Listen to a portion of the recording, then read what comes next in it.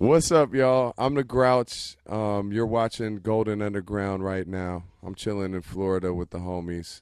Much respect. Been doing it for a minute, living legends, and of course Zion and the Grouch. The last album, Heroes and the Healing of the Nation, that dropped early last year, Yep. and I wanted to ask you about that project. Well, Amp Live is the beat maker in the group, Zion and the Grouch, I guess you would say, and he lays a lot of the beats out first, and they're like skeletons, and then me and Zumbi, we vibe on the tracks, and we get a feeling of where we want to, take the topics, or like what the beats are saying to us, and where, what topics we think will fit to the beats, and we just start writing. We recorded half of it in Maui, Hawaii. That's where I live, and we recorded the other half in Oakland. That's where Zumbi lives. You got your start in Oakland. Did you go to high school with any of the Hieroglyphics guys? I had a Black History class with Casual. I had an English class. No. I guess that's the only person I had class with. But I definitely went to school with Tajay, A+, Pep Love at some point, I think. I missed Dell. He left before I got to that school. Did you know that? And I knew Teray. I knew DJ Teray. And I was, knew Casual just from being in class with him, but not really.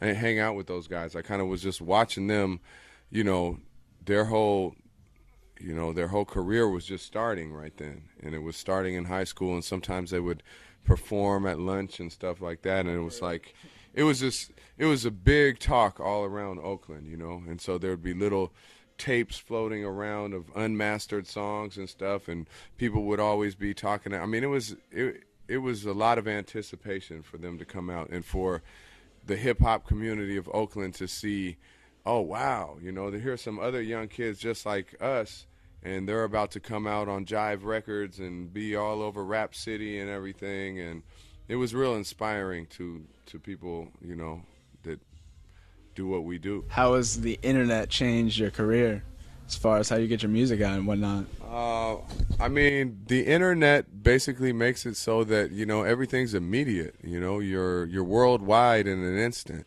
You make a song, you put it up on YouTube, and anyone all over the planet can listen to it.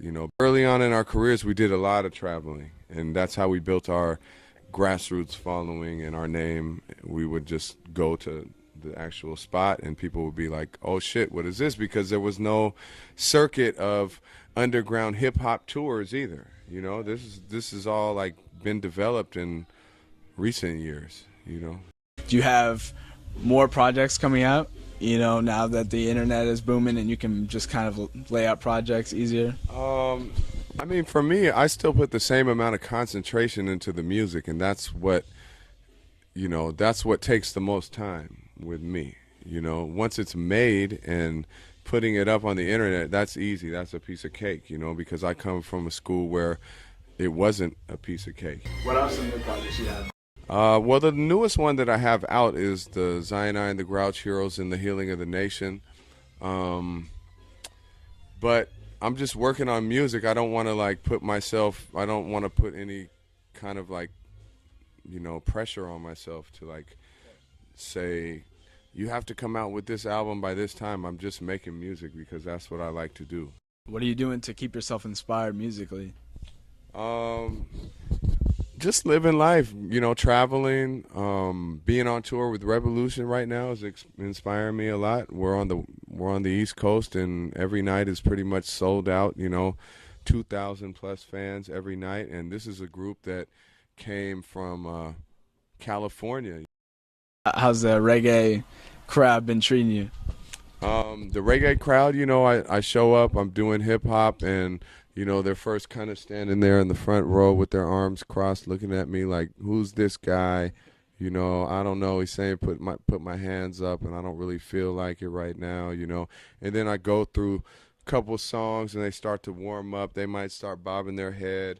You know what I mean? DJ Fresh tells them to give us some love, and then you start hearing the crowd get louder and louder in between each song, and by the end, it's like, essentially I I hope I have 2,000 new Grouch fans. There you go. You know, so well maybe a little bit less than that because some people already know me here.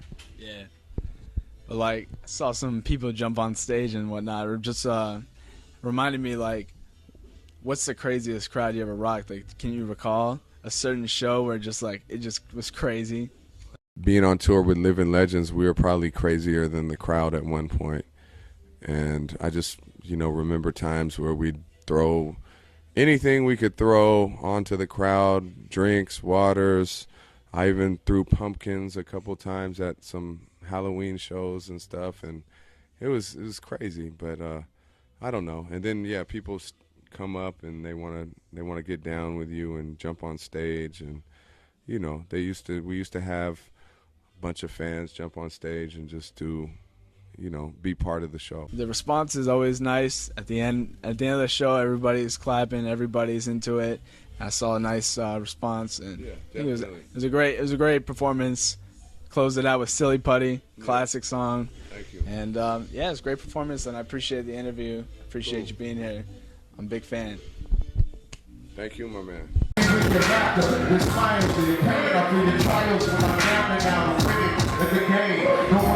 Creator, yet the masses are perplexed. By like we're so impressed, we all wish we had a next. No matter how much I complain.